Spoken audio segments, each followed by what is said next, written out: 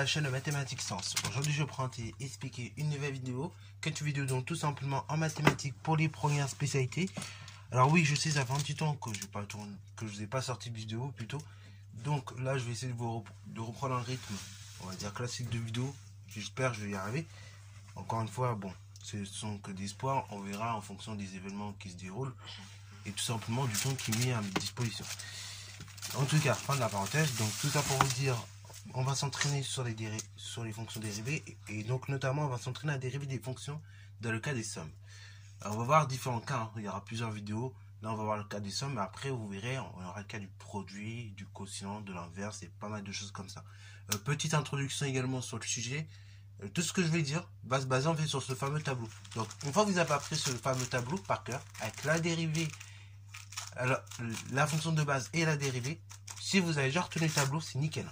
Après, bon, retenir les intervalles sur lesquels les fonctions sont dérivables ou pas, bon, mis à part pour une interrogation, je ne vois pas l'intérêt, puisque la plupart du temps, dans les exercices, on vous donne l'intervalle de définition de dérivation des fonctions. Alors, du coup, on va démarrer tout de suite maintenant, puis dans le sujet. On va y aller cash. Donc, on va voir comment on peut dériver une fonction définie par une somme de deux autres fonctions. Vous allez me dire, mais qu'est-ce que tu nous racontes?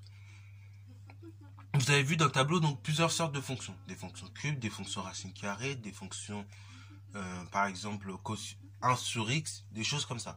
Et bah, on va voir comment la somme est dérivable. La somme de deux éléments ou plusieurs éléments est dérivable. Donc, du coup, le but du jeu, c'est quoi? C'est d'identifier pour chacun des termes, finalement, bah, qu'est-ce que c'est dans un premier temps. Dans le second temps, après, vous dérivez chacun des termes.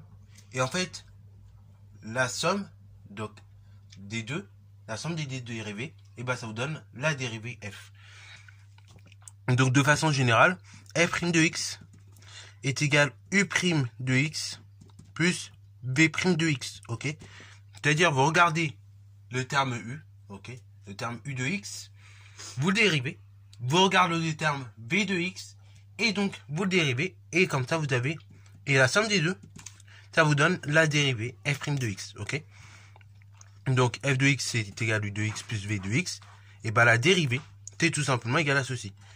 u' de x plus v' de x, qui est égal à f' de x, ok. Donc c'est exactement comme ça qu'on va tout simplement faire les choses. Alors, dans un premier temps, justement, comme je dis, il faut identifier les termes u de x et v de x.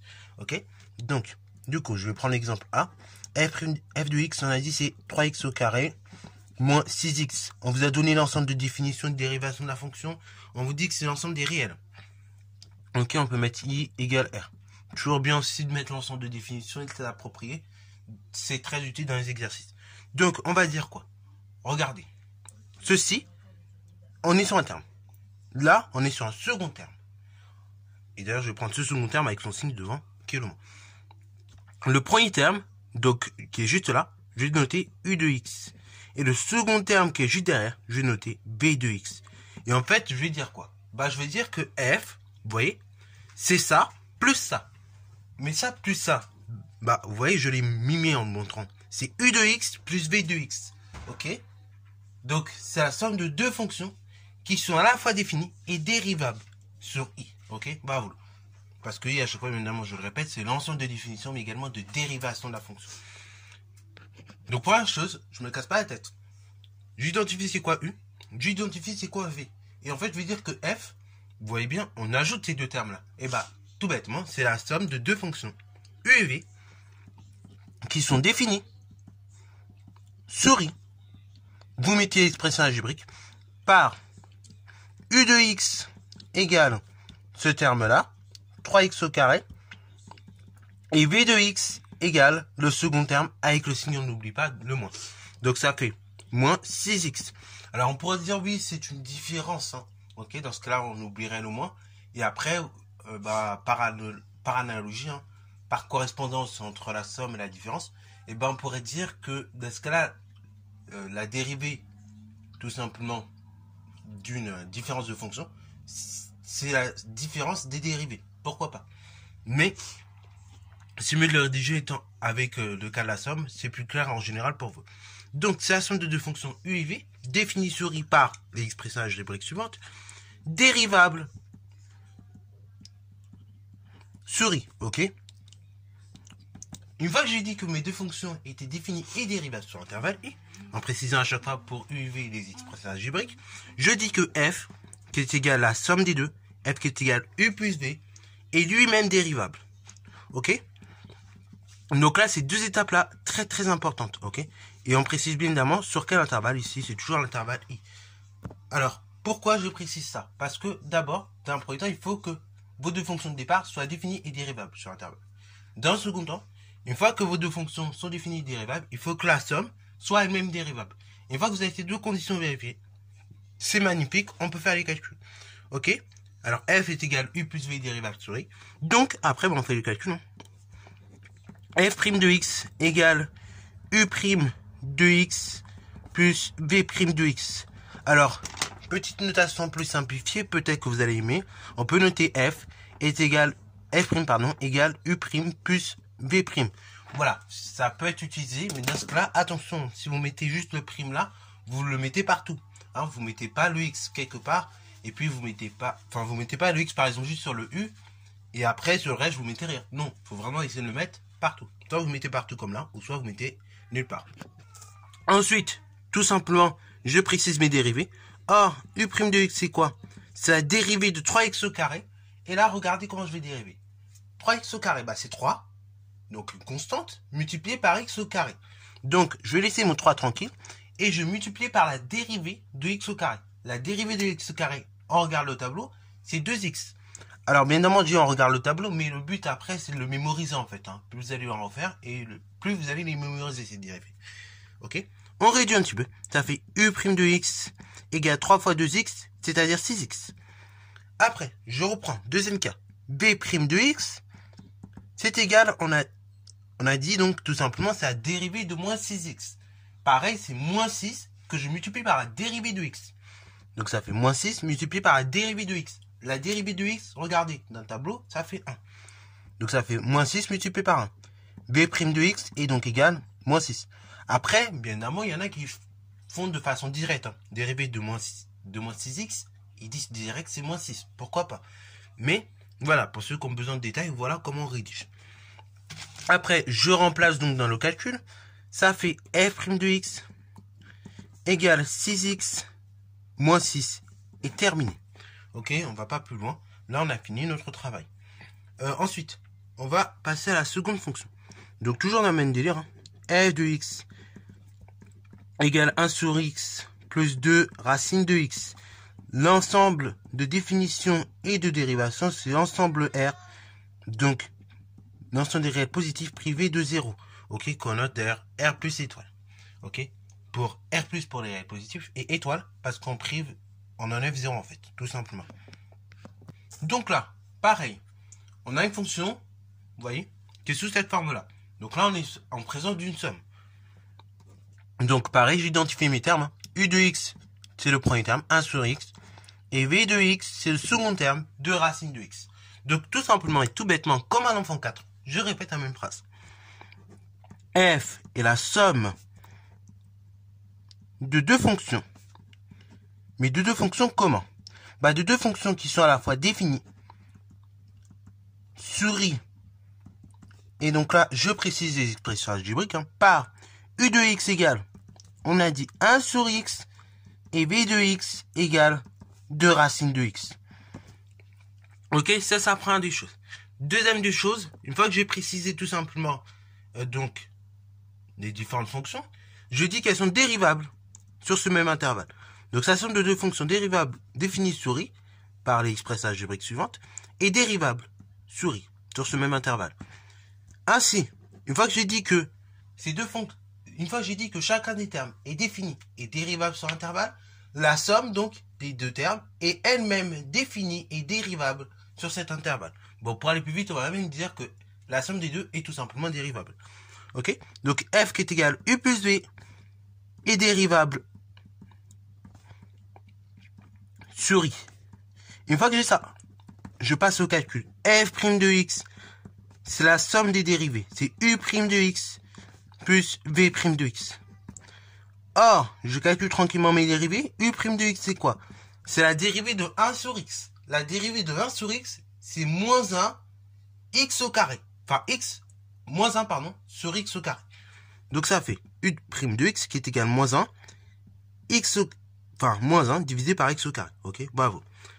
Et la deuxième, là, attention, 2 racines de x, il y a deux choses. C'est une constante que je multiplie par racine de x. Donc la dérivée, ça va être la constante multipliée par la dérivée de racine de x.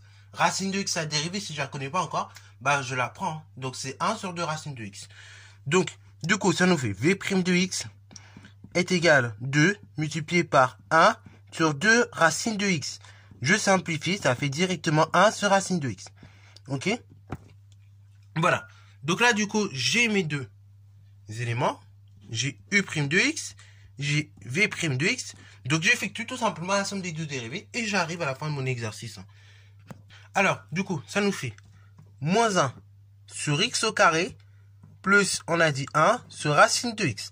Alors, normalement, la plupart des profs vous diront, bah, comme on a une racine carrée au dénominateur, en classe de première, lorsqu'on étudie la dérivation, c'est le seul cas d'ailleurs on le fait, et ben on va laisser pour une fois la racine carrée et on va même pas mettre au même dénominateur. C'est-à-dire que là, pour la plupart des profs de maths, normalement vous avez fini le travail.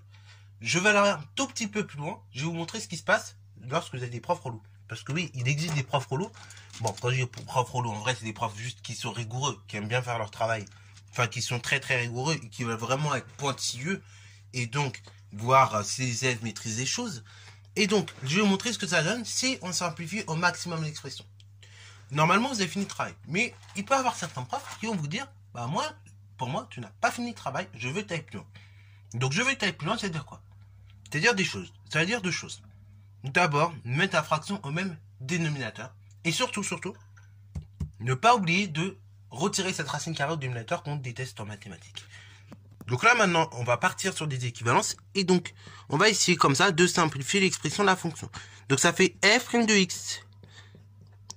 Alors d'une part déjà, je vais tout simplement retirer la racine carrée au dénominateur pour simplifier l'écriture de la fonction bien évidemment.